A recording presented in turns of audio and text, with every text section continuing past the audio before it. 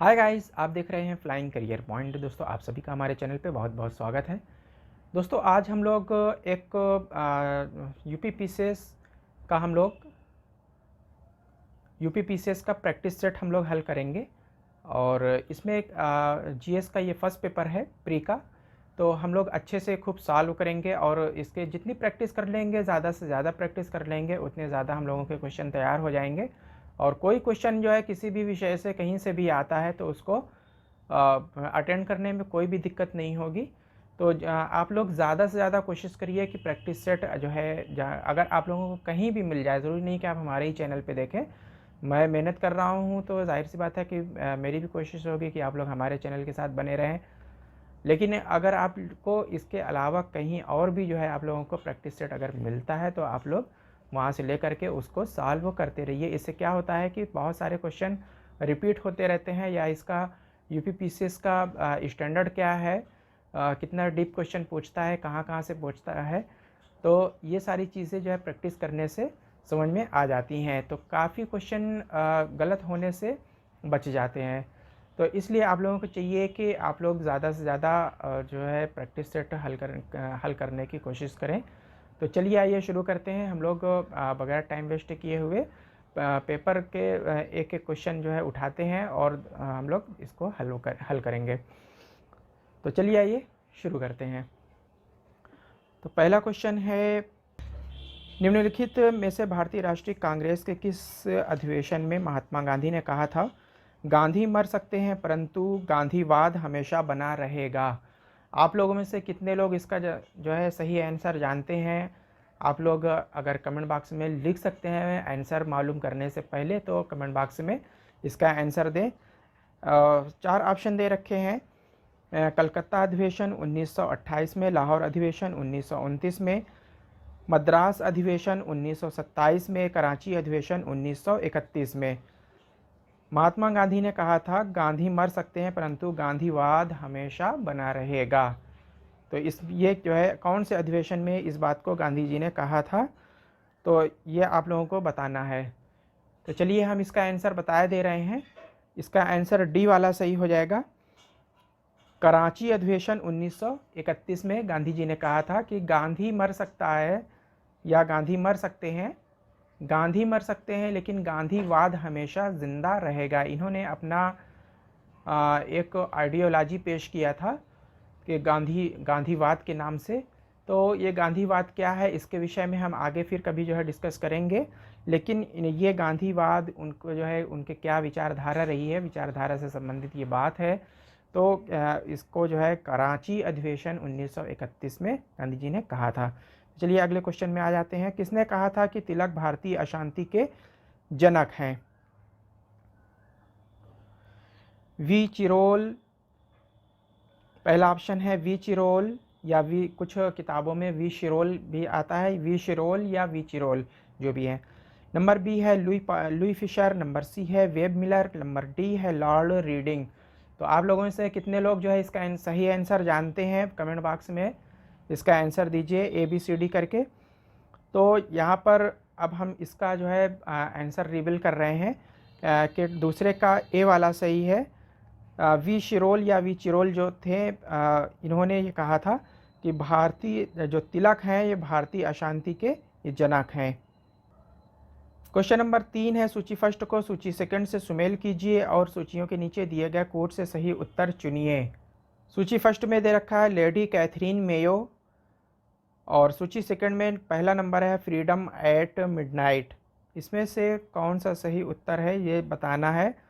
Lorry Collins and Dominique Lapierre, mother India, फिर Ram Manohar Lohia discovery of India, Jawaharlal Nehru guilty man of India's partition.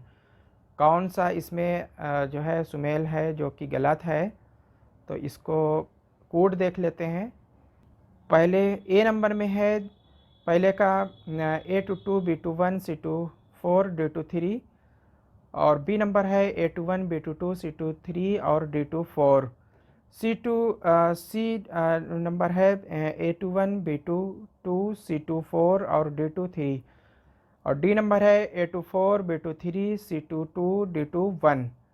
तो अब आप लोगों को बताना है कि इसका जो है कौन सा ये ऑप्शन सही हो जाएगा। तो इसका सही आंसर है दोस्तों तीसरे का ए वाला सही है। A22, B21 यानी A22 में हो जाएगा कैथरीन मेयो, मदर इंडिया।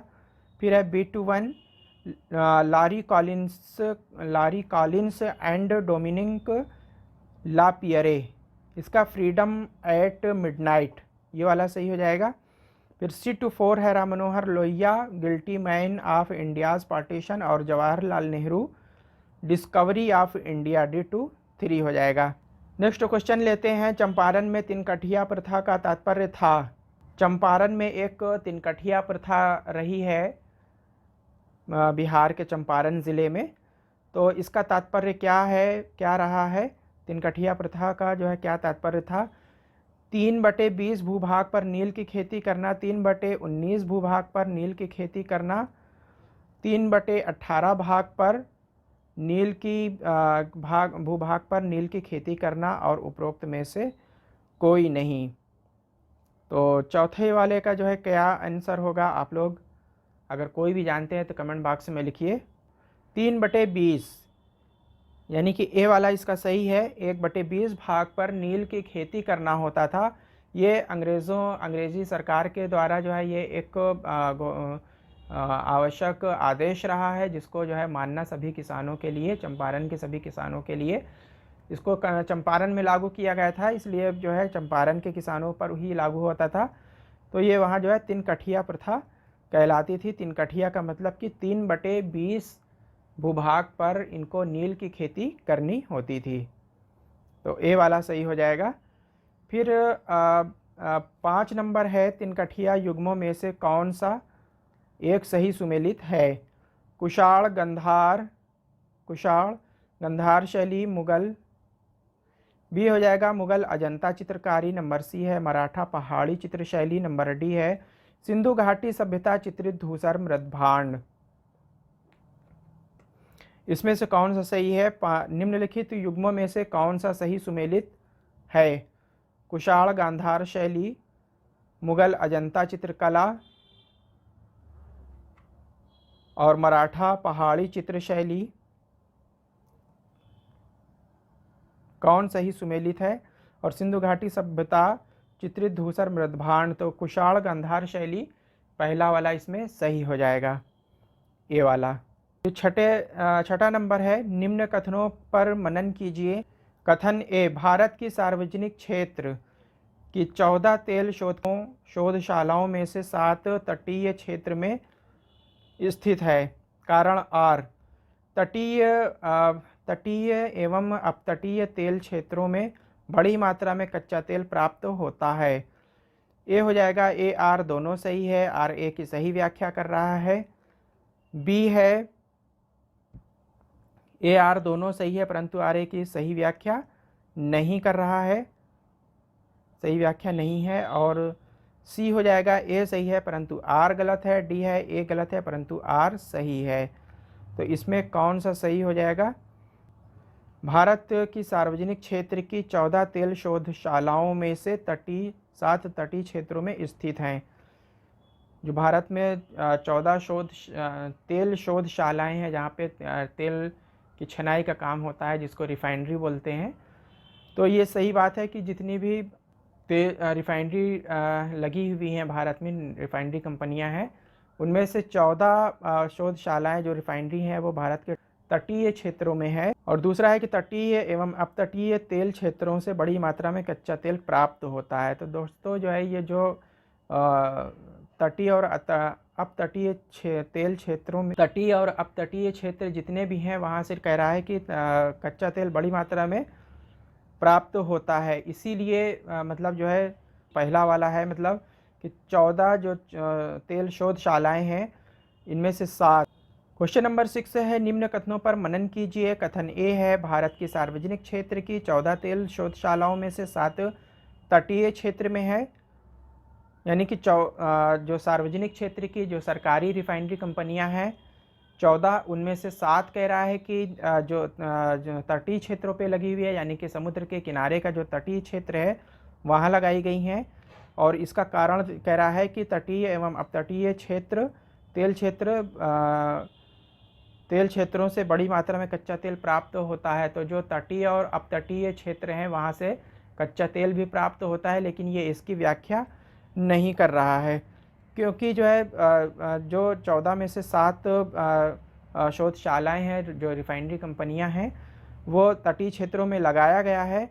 लेकिन इसलिए नहीं लगाया गया है क्योंकि तटीय एवं अपतटीय क्षेत्रों से बड़ी मात्रा में कच्चा तेल प्राप्त होता है, बल्कि इसलिए लगाया गया है कि जो विदेशों से आयात होता है तेल, वो वहीं पर उतरता है और वहीं से उन कंपनियों में, रिफाइनरी कंपनियों में पहुंचा दिया जाता है, और वहां से उसको जो है छनाई होती है। छनाई करने के बाद उसमें से पेट्रोल, डीजल, मिट्टी का तेल और अन्य पेट्रोलियम पदार्थ प्राप्त होता है। तो व्याख्या नहीं कर रहा है, तो बी वाला इसमें सही हो जाएगा। तो इसमें से बी वाला सही हो जाएगा। फिर अगला क्वेश्चन लेते हैं। सेतु समुद्रम परियोजना जिन्हें जोड़ती है वे हैं पाक खाड़ी और पाक जल संधि। सेतु समुद्रम परियोजना जिन्हें जोड़ती हैं वे हैं पाक खाड़ी और पाक जल संधि। नंबर बी है पाक खाड़ी और बंगाल की खाड़ी। नंबर सी है कुमारी, अंतरीप और मन्नार की खाड़ी और पाक की खाड़ी। तो इसमें आप लोगों को बताना है कि कौन सा है सही है। तो इसका जो है आंसर हम बता रहे हैं दोस्तों, अगर आप लोगों को पता हो तो कमेंट बॉक्स में लिख दीजिए।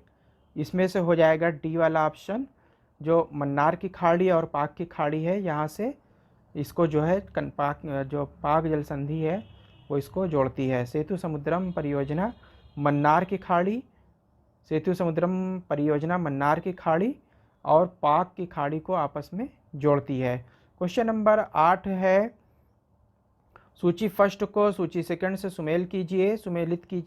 सूची फर्स्ट को सूची सेकंड से सुमेलित कीजिए तथा सूचियों के नीचे दिए गए कोड से सही उत्तर चुनिए। सूची फर्स्ट नगर है, सूची सेकंड उद्योग है। नंबर ए हो जाएगा अहमदाबाद नगर। अब इसको बताना है कि ये कहाँ स्थित है। तो अहमदाबाद तेल शोधन, राउरकेला रेल कोच, कपूरथला लौह इस्पात, बरौनी सूती वस्त्र। तो इसमें हो जाएगा, अगर आप लोगों को सही कोड पता हो तो आप लोग बताइए, वरना हम इसको जो है रिबिल कर रहे हैं। इसमें A24 और B23 हो जाएगा। A24, B23, C22, D21, यानी कि ए वाला सही हो जाएगा। अहमदाबाद सूती वस्त्र के लिए है, राउरकेला लौह इस्पात के लिए है, और C22 हो जाएगा कपूरथला रेल कोच, बरौनी तेल शोधन के लिए। निम्नलिखित भारतीय नदियों में से कौन एस्चुरी बनाती है? निम्नलिखित भारतीय नदियों में से कौन एस्चुरी बनाती है? इसका सही आंसर बताइए। नंबर ए है गोदावरी, पहला ऑप्शन है। बी ऑप्शन है कावेरी। नंबर सी है ताप्ती। नंबर डी है महानदी। तो आप लोगों को जो है जिसको भी आंसर पता हो वो कमेंट बॉक्स में लिखे ताप्ती नदी। सी वाला हो जाएगा ताप्ती नदी सही हो जाएगा। इसके बाद क्वेश्चन नंबर 10 है, निम्नलिखित कथनों पर विचार कीजिए। लौह अयस्क का सबसे संपन्न भंडार कर्नाटक में पाया जाता है। भारत विश्व में लौह अयस्क का दूसरा सबसे बड़ा उत्पादक है। नंबर तीसरा है, भारत में उड़ीसा लौह अयस्क का सबसे बड़ा उत्पाद है।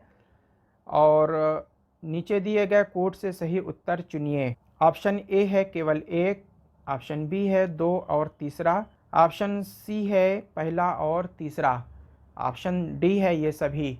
तो आप लोगों को, जिन लोगों को इसका सही आंसर पता हो कमेंट बॉक्स में लिखिए। तो इसमें सी वाला सही हो जाएगा, पहला और तीसरा सही है, बाकी दूसरा वाला सही नहीं है जो कथन दिया हुआ है।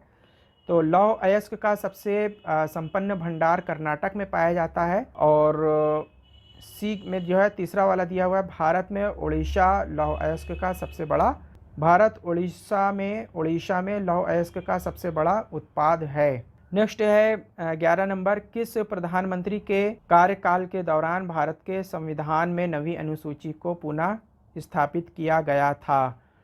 ऑप्शन ए है जवाहरलाल नेहरू, ऑप्शन बी है लाल बहादुर शास्त्री, नंबर डी है इंदिरा गांधी, नंबर सी है इंदिरा गांधी, नंबर डी है मोरारजी देसाई। तो जिन लोगों को इसका आंसर पता है कमेंट बॉक्स में लिखें। जवाहरलाल नेहरू है, लाल बहादुर शास्त्री है, इंदिरा गांधी है, मोरारजी देसाई हैं। जवाहरलाल नेहरू पहला हो जाएगा।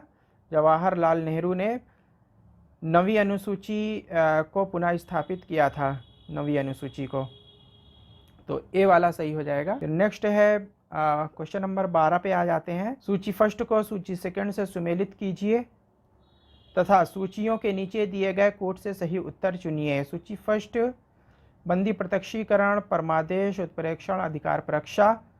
नंबर सेकंड है पूर्णतया सूचित कीजिए, अधिकार से हमें शरीर चाहिए, हम आदेश देते हैं। तो गाइज आप लोगों को किसको इसका सही आंसर पता है, इसमें जो है आप लोग सुमेलित करके बताइए कि कौन वाला जो है इसमें सही हो सकता है। A B C D 4 option दे रखे हैं, इसमें से कौन सा सही हो जाएगा। ए वाले में है A to 2, B to 4, C to 1, D to 3। B वाले में है A to 4, B to 3, C to 1, D to 2। और सी वाले में है A to 3, B to 4, C to 1, B to 2, D to 2। और A to 4, B to 2, C to 3, D to 1। तो अब इसमें से कौन सा ऑप्शन सही है आप लोगों को बताना है। सी वाला ऑप्शन सही हो जाएगा, यानी कि A to 3 बंदी प्रत्यक्षीकरण, हमें शरीर चाहिए। B to 4 परम आदेश, हम आदेश देते हैं। B to 4, C to 1 उत्प्रेक्षण, पूर्णतया सूचित कीजिए। और D to 2 अधिकार परीक्षा, किस अधिकार से। और इसका डिटेल हम जो है बाद में जो है इसको बताएंगे कि पूरा डिटेल क्या है। अभी पहले जो है इसको इसी तरीके से हल कर लेते हैं, बाकी डिटेल हम बाद में बताएंगे। तो सी वाला जो है इसका सही है। नेक्स्ट क्वेश्चन है, निम्न राज्यों का सृजन वर्ष 1960 के बाद हुआ था, इन्हें उनके गठन के आरोही काल क्रमानुसार व्यवस्थित कीजिए और अपना उत्तर दिए गए कोट की सहायता से चुनिए। 1960 के बाद हुआ था, किन राज्यों का जो सृजन है, किन राज्यों का गठन है या नए राज्य के रूप में बने थे, तो ये 1960 के बाद हुआ था।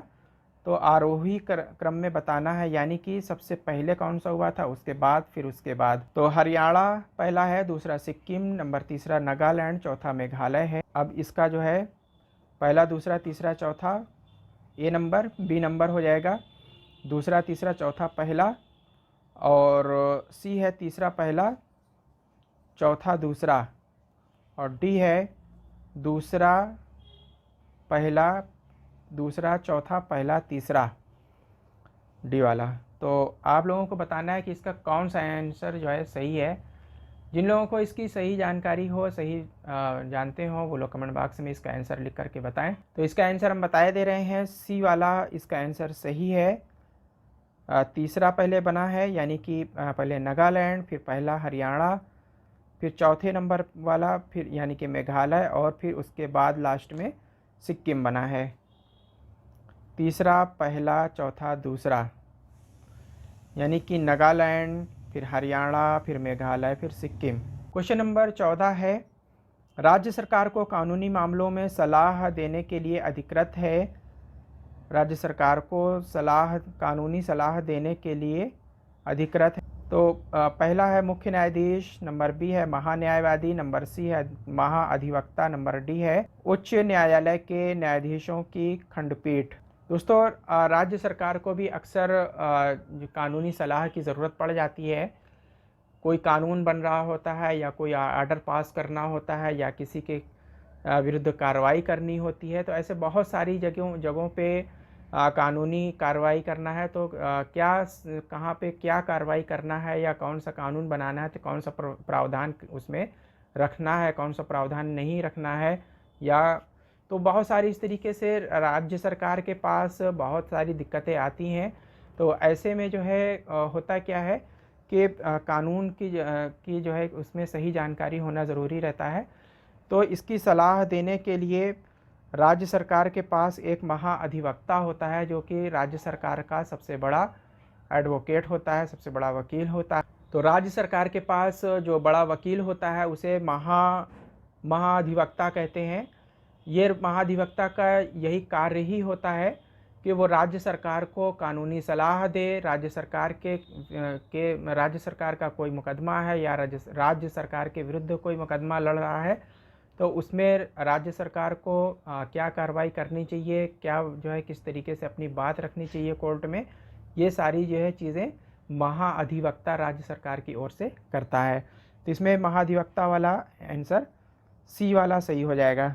इसके बाद क्वेश्चन नंबर 15 है, विश्व बैंक की समूह संस्था के रूप में अंतर्राष्ट्रीय वित्त निगम IFC का मुख्यालय कहाँ स्थित है? द हेग अंतर्राष्ट्रीय वित्त निगम का मुख्यालय कहाँ है? IFC द हेग में, द हेग यानी कि नीदरलैंड।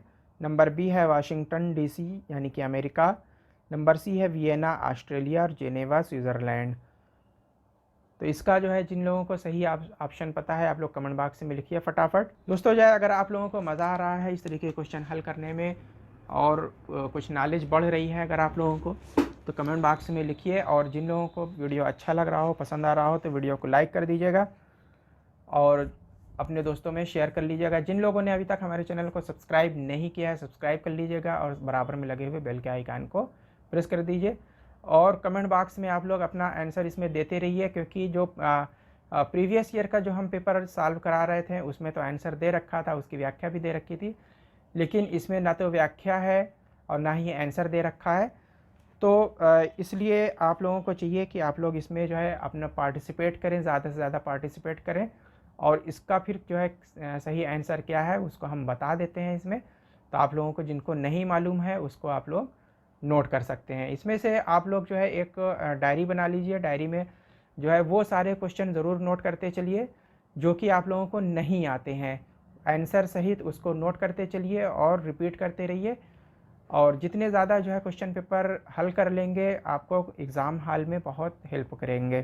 तो इसका आंसर हम जो है यहाँ पर बता दे रहे हैं कि अंतर्राष्ट्रीय वित्त निगम का मुख्यालय वाशिंगटन DC यानी कि अमेरिका में है। तो इसका बी वाला सही हो जाएगा, 15 का बी सही हो जाएगा।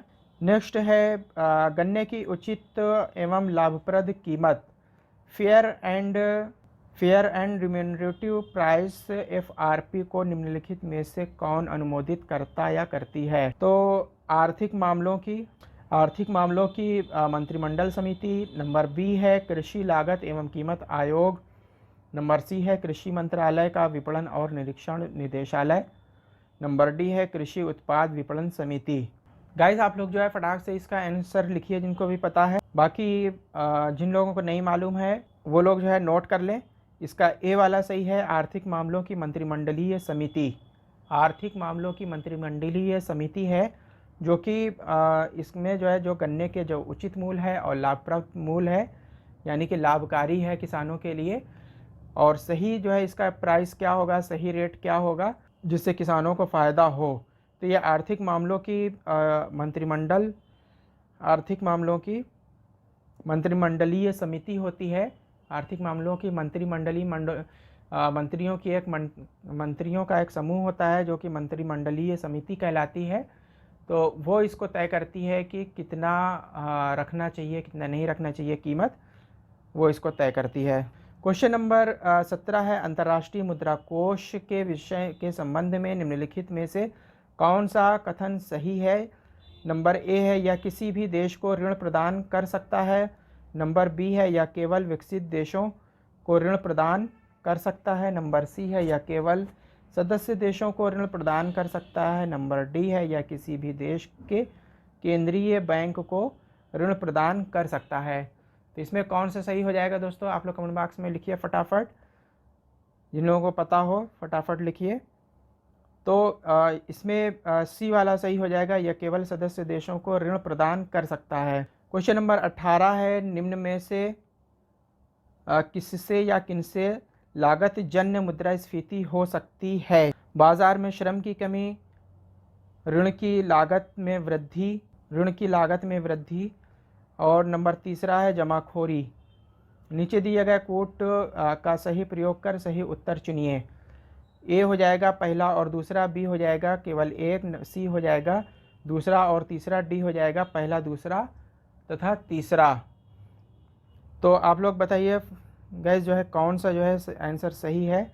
कमेंट बॉक्स में लिखिए गाइस फटाक से कौन सा जो है आंसर सही है। तो इसमें जो है ए वाला सही हो जाएगा पहला और दूसरा, यानी कि बाज़ार में जब श्रम की कमी हो जाती है तो मुद्रास्फीति बढ़ती है और जब ऋण की लागत में वृद्धि होती है तो इस तरीके से मुद्रास्फीति बढ़ जाती है। फिर क्वेश्चन नंबर 19 है, केंद्रीय खेल मंत्री द्वारा लोगों को फिटनेस के प्रति प्रोत्साहित करने के उद्देश्य से फिट इंडिया फ्रीडम रन को कब लॉन्च किया था? तो इसमें पहला है 1 जुलाई 2020 को, नंबर बी है 15 अगस्त 2020 को, नंबर सी है 5 सितंबर 2020 और डी 1 नवंबर 2020। तो जिन लोगों को पता है आंसर वो ABCD करके जो है आप लोग आंसर कमेंट बॉक्स में लिख सकते हैं।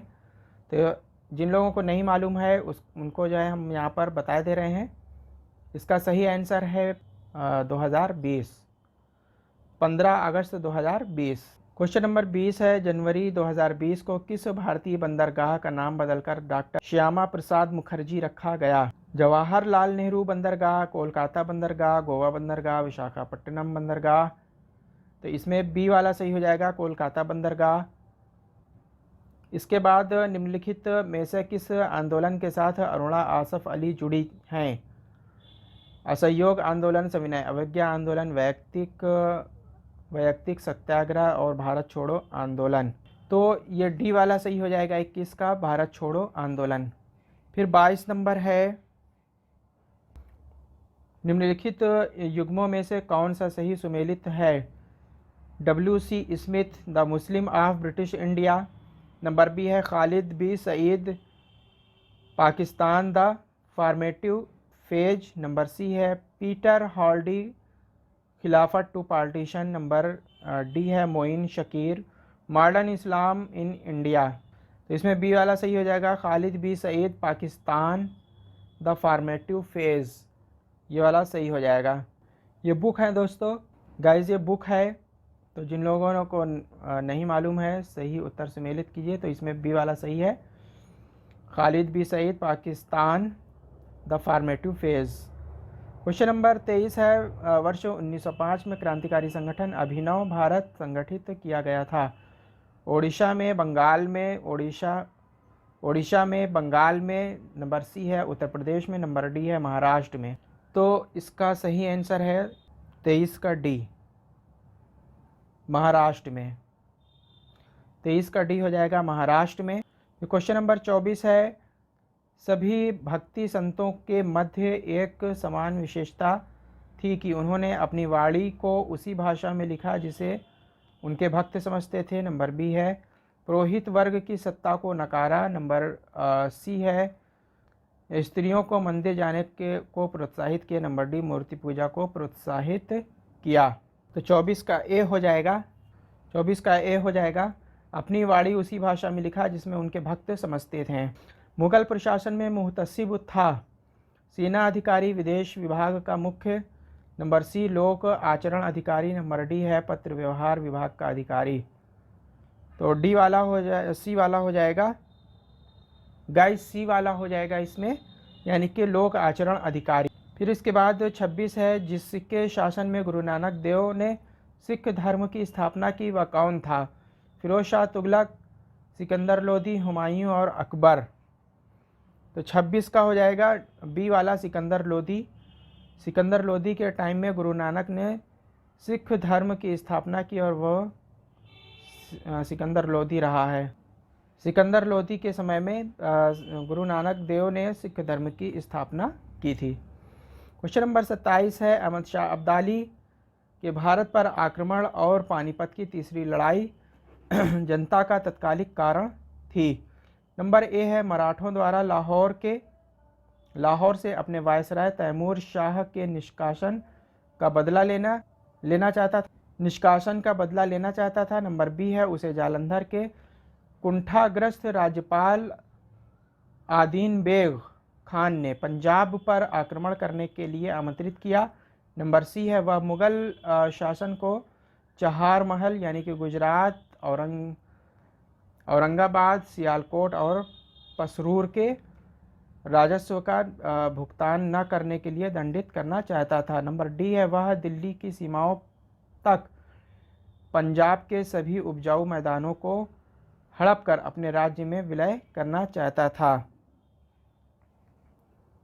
तो इसका आंसर जिन लोगों को पता हो आप लोग कमेंट बॉक्स में एक बार ज़रूर लिख दीजिएगा।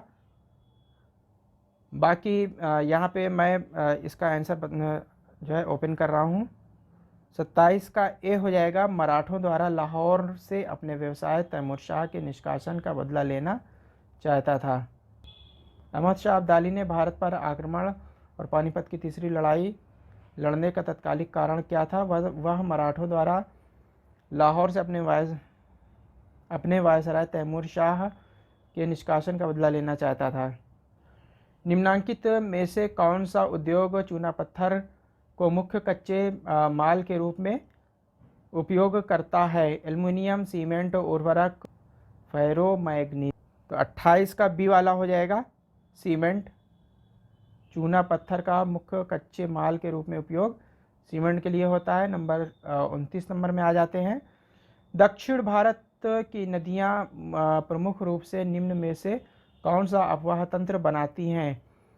अरीय, नंबर बी है खंडित, नंबर सी है वृक्षनुमा और डी है जालीदार। तो इसका सही आंसर हो जाएगा सी, वृक्षनुमा।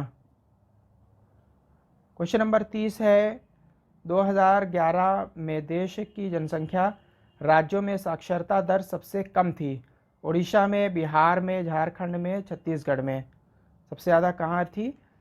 तो इसका सही आंसर हो जाएगा बी वाला, यानी कि बिहार में। 2011 में देश की निम्नलिखित राज्यों से साक्षरता दर सबसे कम थी, बिहार हो जाएगा।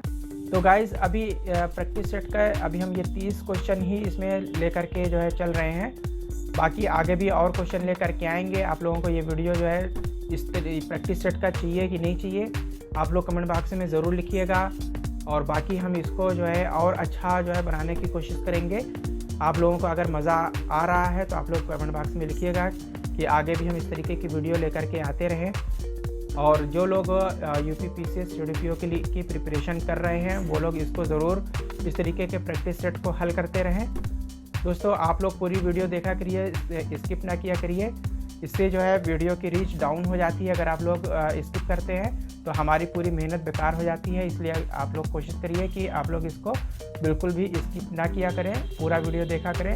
अगर वीडियो लंबा रहता है तो आप लोग कमेंट बॉक्स में लिख दें, हम छोटा छोटा वीडियो ला सकते हैं, लेकिन उसमें नुकसान आप लोगों का है। क्योंकि 50 क्वेश्चन से अगर बाकी जो हम प्रीवियस ईयर का जो लेकर के आए थे उसमें 50-50 क्वेश्चन का जो है वीडियो लेकर के आए थे। अब 50 क्वेश्चन भी अगर आप लोग हल नहीं कर पाते हैं तो उसमें आप ही लोगों का जो है टाइम ज़्यादा वेस्ट होगा। इसलिए हम 50 क्वेश्चन का वीडियो लेकर के आए। अगर आप लोगों को वीडियो हमारा पसंद आया हो तो लाइक कर दीजिएगा और जो है अपने दोस्तों में शेयर कर दीजिएगा। जिन लोगों ने अभी तक सब्सक्राइब नहीं किया सब्सक्राइब कर दें, साथ ही बराबर में लगे हुए बेल के आइकन को प्रेस कर दें।